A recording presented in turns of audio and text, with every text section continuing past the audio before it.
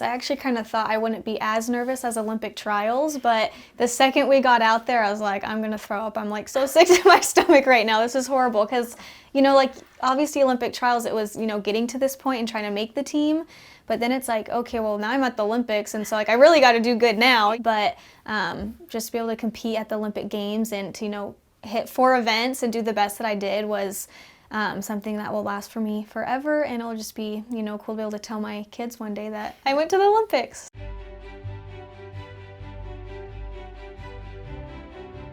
Not having people in the stands was, kind of a bummer.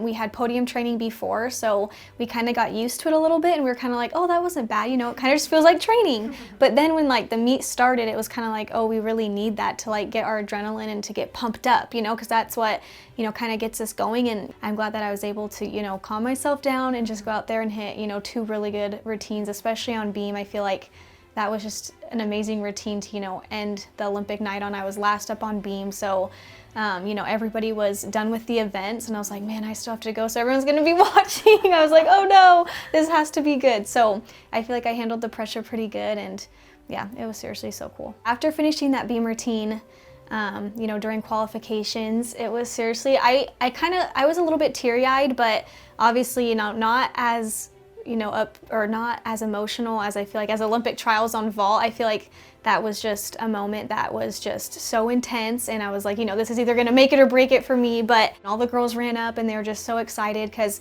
even though I'm not a part of, the four-man team, the girls have all included me in everything, and have just been super supportive. So it was really cool to be like, you finished strong, you did it, and that's all that matters, and you're still part of this team no matter what. So it was a so special night, and I wish I could relive it again. I feel like it almost didn't even happen. I'm like, wait, we competed already? So I feel like it was kind of like in the blink of an eye. I feel like Simone and I, were the OGs of the team. So, so I feel like, we've kind of always been that role model to them, especially with both of us coming back into the elite scene.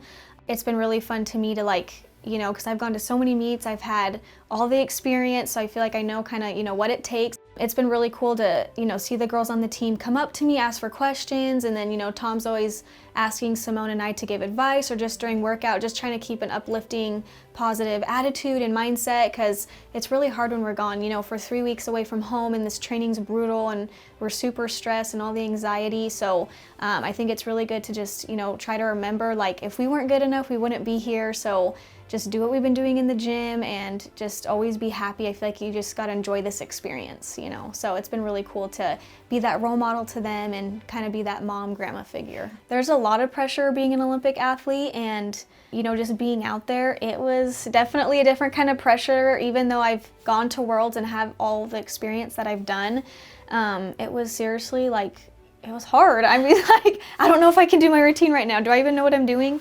And I just felt like, I just gotta trust it, I gotta be calm. But it's the Olympics, so like, yeah, anybody wants to go out and do their best, so it's definitely a different kind of pressure. Nobody's perfect, but I got through it, and I feel like I did really good. So pat on the shoulder for that. That was good. As a lot of people have seen on my YouTube channel, that's like a big reason why I wanted to start it, was because a lot of people don't get to see the behind the scenes of, what we go through and what it's like. Like, we aren't perfect people, and everyone, on social media is like, they're so perfect, they have their life together, gymnastics looks so easy, but it's like, we work our butts off to get to where we are, it's blood, sweat, and tears every single day. So, you can't be perfect. You do one little thing wrong, no matter how many times you train it. Like on the beam, you go a little bit crooked or take off wrong and you're off.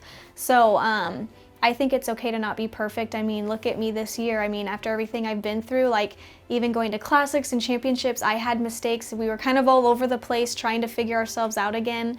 But I feel like sometimes having to fail is what makes us stronger.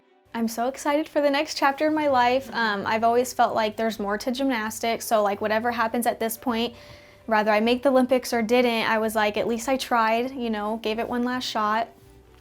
So for me, kind of heading back home here, I'm moving to Utah, so I gotta go home and start packing up, so that's gonna be a lot of fun.